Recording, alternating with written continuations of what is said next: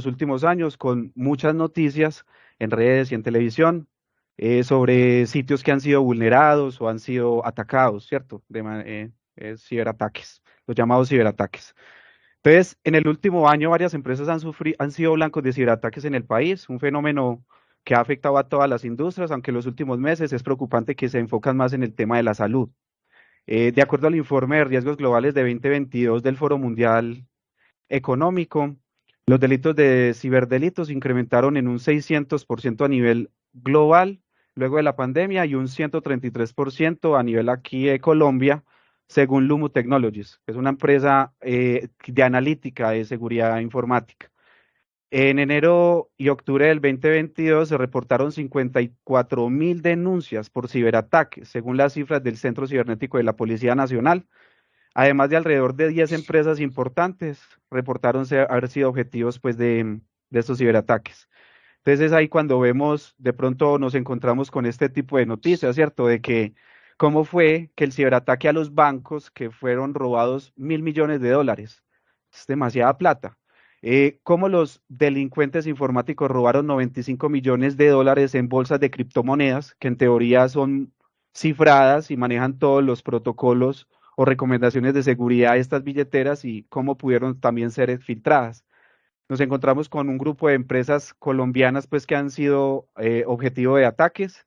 Nos encontramos también como el ataque a la Colonial Pipeline en Estados Unidos recientemente que detuvo las operaciones de todas estas bombas de gasolina y casi que detuvo al país y tuvieron que pagar $5 millones para recuperar la información porque fueron víctimas de un ransomware.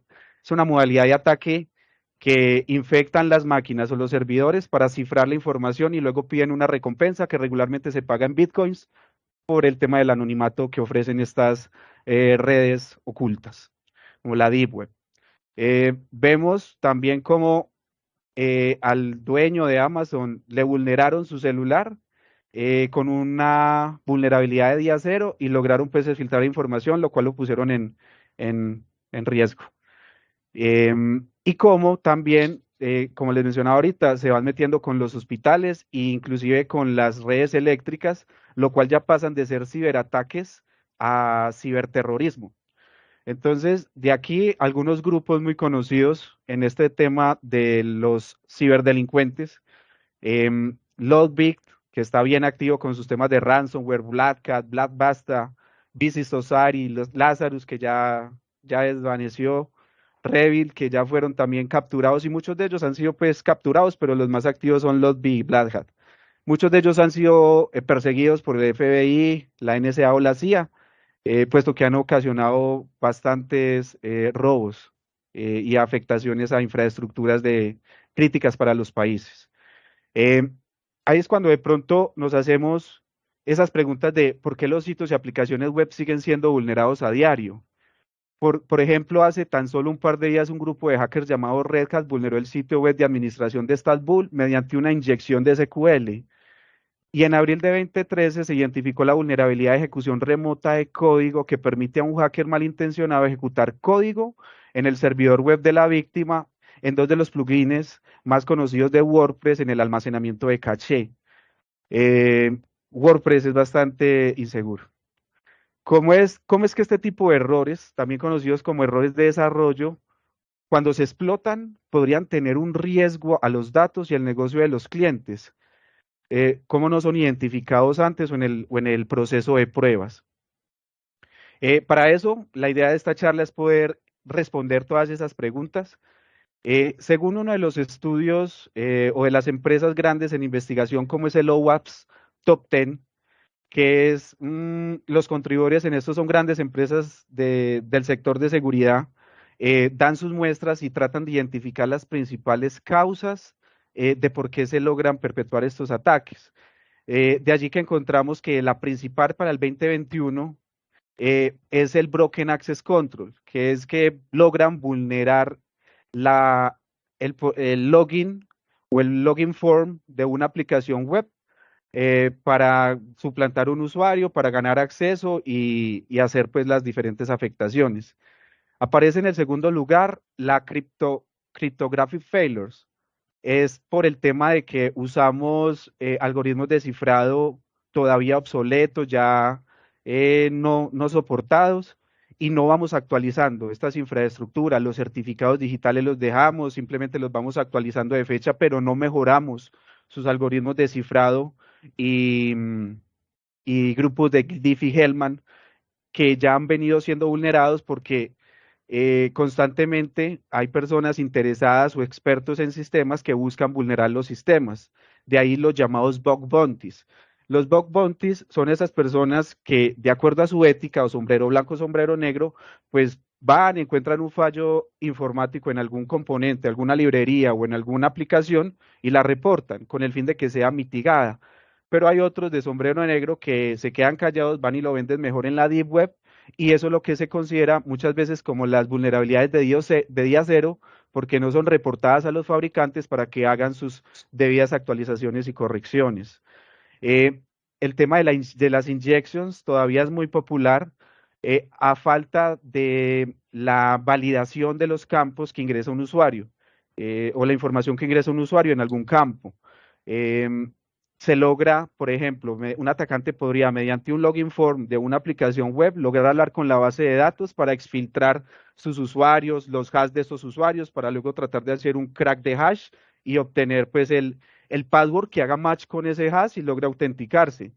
O simplemente con unas secuencias de SQL logran hacer que sea verdadera la sentencia, la aplicación no logra identificar que es un comando ingresado por el atacante, considera que eso es un query del mismo, del application server hacia la base de datos y simplemente la permite. De ahí la importancia de esa validación de los campos en nuestras aplicaciones web.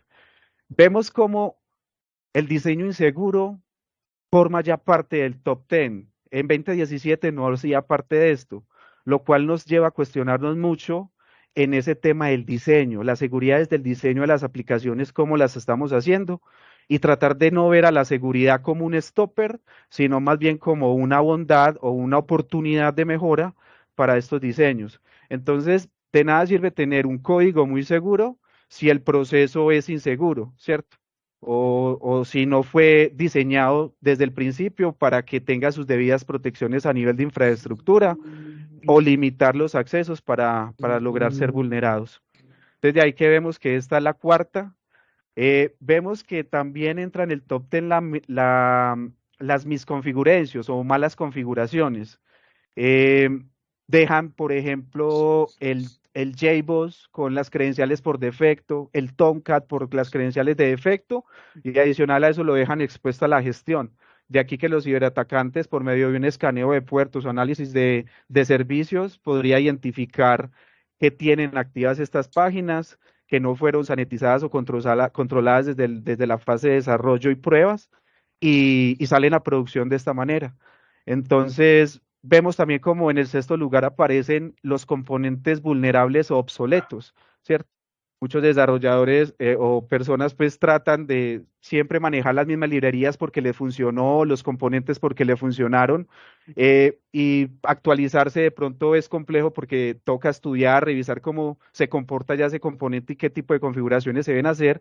Entonces nos quedamos configurando como hace 10 años. Y a 10 años a hoy ya han evolucionado mucho los ataques, ya han evolucionado mucho este conocimiento en Internet porque podemos encontrar fácilmente en YouTube ya videos como les explican paso a paso cómo vulnerar una aplicación y este conocimiento está pues libre. Vemos como en el séptimo lugar también aparece el tema de la identificación auténtica o las fallas de identificación autenticación que básicamente definen de tener políticas de password para esos usuarios. De que sean largos, siquiera de 14 caracteres, no utilizar dos veces el mismo carácter. Eh, entonces, para eso existen unas buenas prácticas que más adelante las vamos a ver con el fin de poder jardinizar todos esos diferentes componentes en las diferentes capas. Em, es importante entonces que haya una vista desde seguridad de la información en este ciclo de vida de desarrollo para poder garantizar que desde la concepción de la necesidad hasta la hora del desarrollo sean implementados pues de manera segura. Em, Vemos como el software en Data Integrity Failures todavía sigue pasando. esto pasa básicamente cuando se utilizan componentes de software o librerías y no se les valida la integridad a la hora de descargarse. Entonces, un atacante fácilmente puede ir a colocar una librería en GitHub que tiene embebido un troyano o una conexión remota para que haga un comando y control al equipo del atacante. Y de esa manera ya el desarrollo queda bien, funciona igual normal, pero realmente tiene algo por ahí abajo que es que establezca una conexión remota contra el atacante para ganar acceso a esa aplicación web con el usuario que fue instalada pues como este componente de aplicación. Entonces es importante validar el tema de la integridad siempre en estos componentes que se van desarrollando y utilizar siempre los actualizados, porque por eso precisamente estos fabricantes responsables atienden las vulnerabilidades o riesgos que se han materializado para hacer las correcciones y liberar sus nuevos parches para que sean implementados y siempre desde un inicio, cualquier desarrollo, siempre utilizar esas versiones que no tienen bugs de calidad o fallos de seguridad. El security logging y el monitoring fallas en este tema básicamente es porque a las aplicaciones no se les configuran adecuadamente los monitoreos de seguridad. Entonces, cuando les están perpetuando algún ataque, no se dan cuenta y solo se dan cuenta cuando ya lograron perpetuar todo el acto. Entonces, es muy importante también tener equipos de monitoreo como SIEM o correladores de eventos, para los cuales las aplicaciones o los servidores pues van de sus alertas y en sistemas pues de analítica de logs como LK, Splunk o otros pues de pago. Estos también son de pagos, pero antes no lo era. Pero utilizar estas herramientas de analítica para hacer más fácil esa revisión de logs y parsearlos para que anuncien realmente cuando hay un ataque y poderlo afinar para poder tener allí una seguridad activa. Y en la última posición encontramos el Server-Side Request Forgery, que básicamente es porque las aplicaciones necesitan conectarse a otros sistemas mediante APIs y no se hace la correcta sanitización o configuración de esa API, por lo cual un atacante podría hacer uso de esa API e irse a conectar en nombre de la aplicación a sitios o a él mismo para exfiltrar información del servidor, de los usuarios del servidor, los hash y ya mediante ideándose pues como una modalidad de ataque, pues podría llegar a vulnerar estas infraestructuras y a nivel de web. Entonces vemos cómo estas son los principales riesgos para a nivel de web, pero también encontramos que no es solo a nivel de desarrollo o a nivel de aplicación, ¿cierto? El modelo OSI define 7 capas. Eh, en las otras capas también se debería considerar la seguridad. Por eso es que es tan importante que la seguridad empiece a ser una llave con calidad y en las implementaciones siempre considerar todo este tema pues de buenas prácticas. Vemos que los ataques más comunes en las diferentes capas son pues, a nivel de aplicación, los famosos exploits.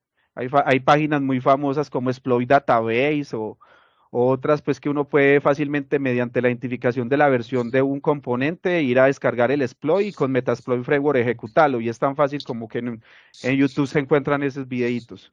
Y entonces una persona que no tenga mucho conocimiento podría llegar a atacarlo. Entonces vemos cómo estos ataques a nivel, por ejemplo, de presentación, vemos mucho el tema de los phishing, que es otro gran vector de ataque con el cual ya han perpetrado bastantes ataques, que es que básicamente suplantan el correo de una persona para que les entregue la información. Y eso básicamente ocurre mucho, es por con las configuraciones a nivel de servidor de correo. En la capa de sesión encontramos el hijacking, que es básicamente el secuestro de esas sesiones.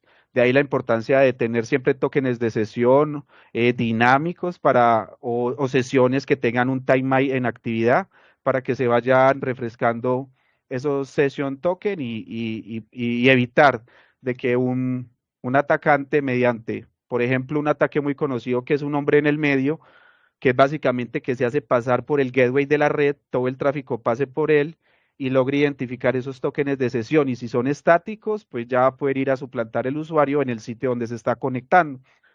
Vemos como a nivel de capa de transporte encontramos los famosos denial of service, que se pueden mitigar mediante otras soluciones de seguridad.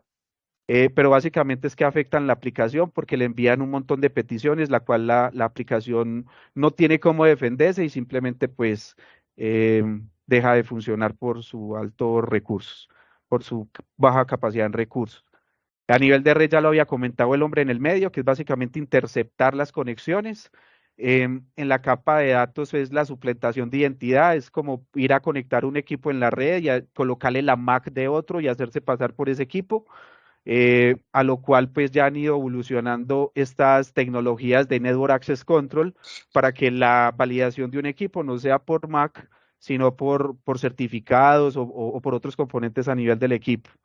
Y a nivel de capa física, pues se puede vulnerar simplemente colocando un hub en medio del cable y ahí ya pues un atacante va a ver que todos los paquetes que se están transmitiendo y mediante aplicaciones como Wireshark podrían analizar el tráfico y si estamos utilizando protocolos inseguros que no van cifrados, pues la tarea para el atacante va a ser más fácil porque todo lo va a ver en texto plano. O si estamos utilizando algoritmos de cifrado débiles, como lo veíamos ahorita en el top 10, que era una de las causas, va a lograr obtener el hash para luego hacer un crack de hash y lograr pues vulnerarlo.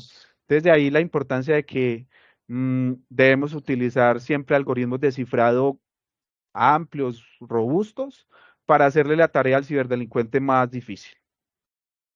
Eh, bueno, en las diferentes encontramos la NIST, que es un referente importante para las buenas prácticas de la seguridad en todas las capas. Vemos que se recomienda es tener seguridad en el perímetro, seguridad a nivel de red, seguridad a nivel de endpoint, a nivel de aplicación, a nivel de usuarios es muy importante porque hay que concientizar a los usuarios lo fácil que están pudiendo hacer estos ataques y muchas veces la ingeniería social, que es mediante preguntas o un análisis en redes, pues podrían identificar a una persona y buscar sacar información de ella para luego poder orquestar un ataque efectivo. Y el tema de la data, lo más importante desde la concepción de las aplicaciones, es saber qué tipo de información va a manejar. Si va a manejar información sensible, personal o confidencial, pues lo ideal es que esa información sea siempre cifrada en el reposo. Y si se va a conectar con otros sistemas, pues que lo haga de manera cifrada. Para eso existen diferentes protocolos o arquitecturas que pueden facilitar esta tarea. em, y lo ideal, pues, es siempre garantizar el cifrado de la data crítica importante, puesto que una exfiltración de este tipo podría colocar a empresas en riesgo por las multas, ¿cierto?, de exfiltración que ya se ven. Y a nivel de capa de aplicación, nos encontramos con el Centro de Seguridad en Internet, que es conocido como el CIS. Ellos ofrecen los benchmark, que básicamente son em, mejores prácticas que se hicieron con los mismos fabricantes para hardenizar estos diferentes componentes que se utilicen. Entonces aquí vamos a encontrar cómo hardenizar el Apple iOS, el Apple Macs, el Azure Linux, cómo vamos a hardenizar los Docker, los F5, los Debian Linux, los Cisco, equipos de redes. Entonces vemos cómo en todas las capas o todos los diferentes equipos que deben existir para que funcione una aplicación, ¿cierto? Que no es solo la aplicación, sino todo el tema de redes y aquí la importancia de los proveedores de servicio puedan garantizar seguridad en todo el tránsito de estas aplicaciones. Quería traerles aquí, este es el modelo de Secure Software Development Lifecycle. Sería lo mismo que hoy se viene trabajando del ciclo de vida de desarrollo normal, que es continuo, ¿cierto?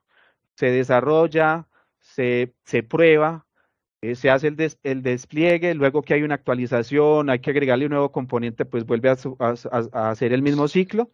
Pero lo importante aquí es tener estos componentes del exterior en cuenta, ¿cierto? Desde todo su proceso, como es el tema del modelamiento de amenazas, desde el desarrollo, hacer pruebas estáticas a ese código que van ejecutando a nivel de quality assurance, ejecutar no solo pruebas de calidad, sino pruebas de seguridad. Para eso existen diferentes certificaciones interesantes de pentesting o de seguridad en el código, como son la SEC, la ISTQB, la LTP la OSCP, el Pentest más de la CompTIA, las academias de Porstiger, que básicamente ellos son los que producen esta herramienta de Burp, muy utilizada para estas pruebas iterativas, las llamadas IAST, que regularmente son las utilizadas en el penetration testing, puesto que las dinámicas, las DAST, las llamadas DAST, em, son como escáneres, pues que ya tienen unas firmas definidas, hacen tipos de inyección o hacen tipos de cosas, pero no logran hacerlo todo como lo hace un pentester, ¿cierto? Han ido evolucionando mucho, pero considero que el pentesting siempre es muy importante en este ciclo de vida porque es ya la ingenuidad, es la genialidad del pentester y es su conocimiento para que pueda ver de pronto por dónde puede vulnerar la aplicación, no solo por una vulnería, por una librería obsoleta, sino de pronto por el proceso o cómo se comunica la aplicación. Vemos como también hace parte importante el tema de las configuraciones seguras, ¿cierto? Aquí es donde entra a ser un actor principal el benchmark de la CIS o los que no estén en la CIS benchmark, pues hay fabricantes que sacan sus propias buenas prácticas. Entonces, acogernos siempre a las buenas prácticas de seguridad de los fabricantes. Y la fase, ahorita voy a explicar cada una de ellas más en detalle. Y siempre tener un análisis del riesgo, ¿cierto? Siempre poder entender qué vulnerabilidades vamos a tener, qué vulnerabilidades no vamos a poder corregir porque son muy costosas, porque, en fin, entonces ya que eso es importante hacer un modelamiento de amenazas, poder tratar de implementar controles compensatorios para disminuir ese riesgo y a lo último, ya que sea una decisión de la dirección en aceptar o buscar mitigar el riesgo, ¿cierto? Que es parchar, buscar comprar componentes seguros, crear arquitecturas, porque finalmente la seguridad pues va a implicar un costo adicional a este ciclo.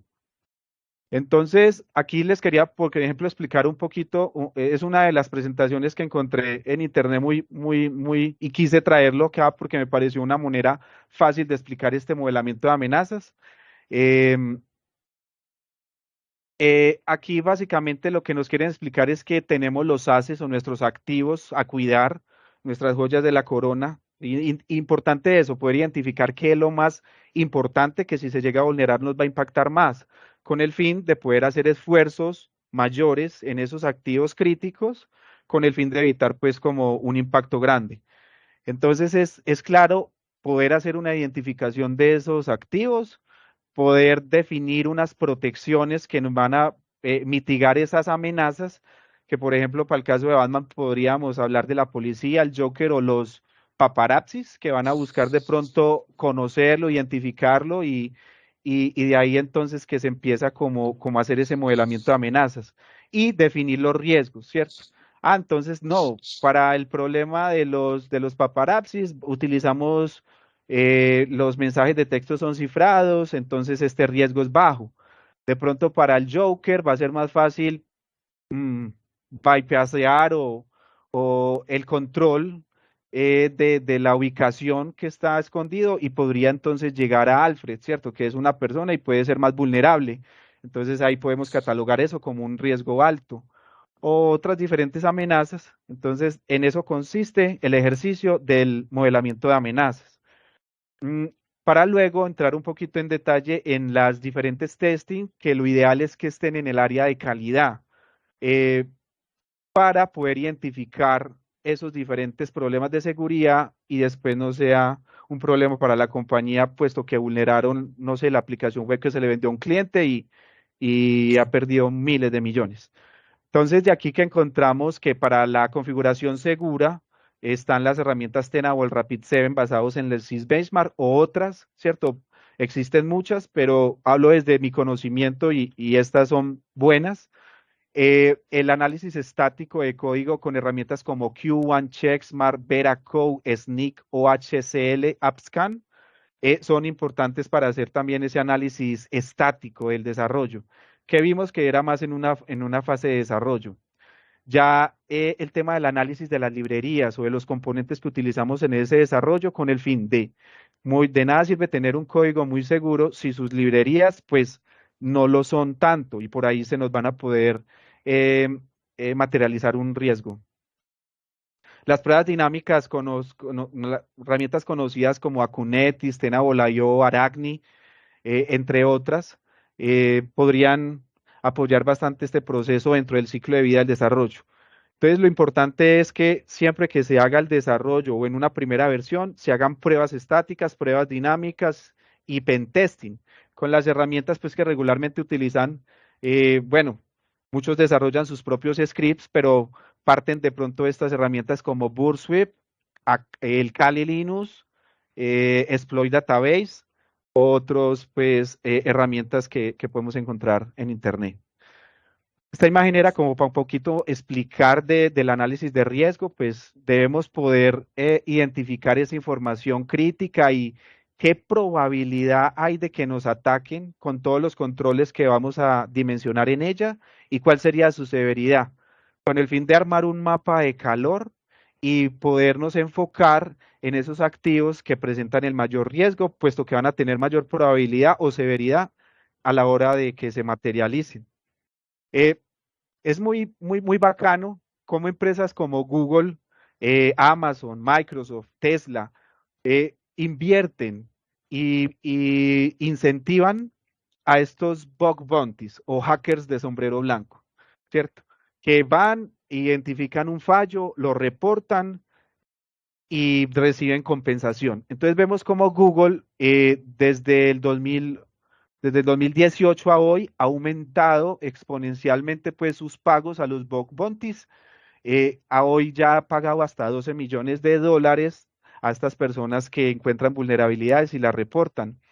Em, es así como encontramos a muchos bug bounty millonarios, realmente, porque son personas muy buenas técnicamente que encuentran estos fallos, los reportan y reciben su compensación. Tesla ofrece $1 millón al white hacker para que pueda pues, generar brechas en el sistema, en su nuevo sistema. Amazon también tiene su programa de bug bounties, Amazon también, y algunos otros como Bugcrow o Sirenium, que son ya entes externos, pero trabajan con las diferentes compañías.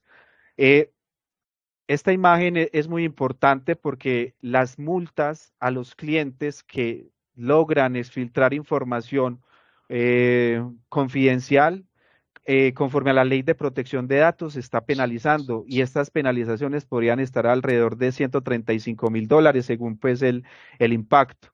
Entonces de ahí tan importante de poder asegurar siempre todas nuestras infraestructuras y nuestros desarrollos. Eh, es como lo que tenía preparado para ustedes. Eh, estoy abierto a cualquier pregunta que me deseen hacer. Bien, muy bien. Muchas gracias, Rubén. De verdad que es bien importante asegurar todo este ciclo de desarrollo de software. Pues vemos que desde muy pequeños, desde el colegio, salen ya con esas habilidades para penetrar lo que sea. Y bien, entonces este tema de seguridad y de entrenamiento y de certificaciones es bien importante. También quería, bueno, hacer como la cuña de que nosotros también estamos arrancando con la certificación de la ISPQE. Pablo no está en estos momenticos acá, pero él está encargado de pasar toda esta información y de empezar todos estos grupos de estudio para empezar la primera ola de certificación. Bueno, chicos, si tienen alguna pregunta o si, no sé, ¿qué tal? Todo muy complejo, les abrió la mente, no sé, si todo está bien así, no sé, a ver, ¿hay alguna pregunta?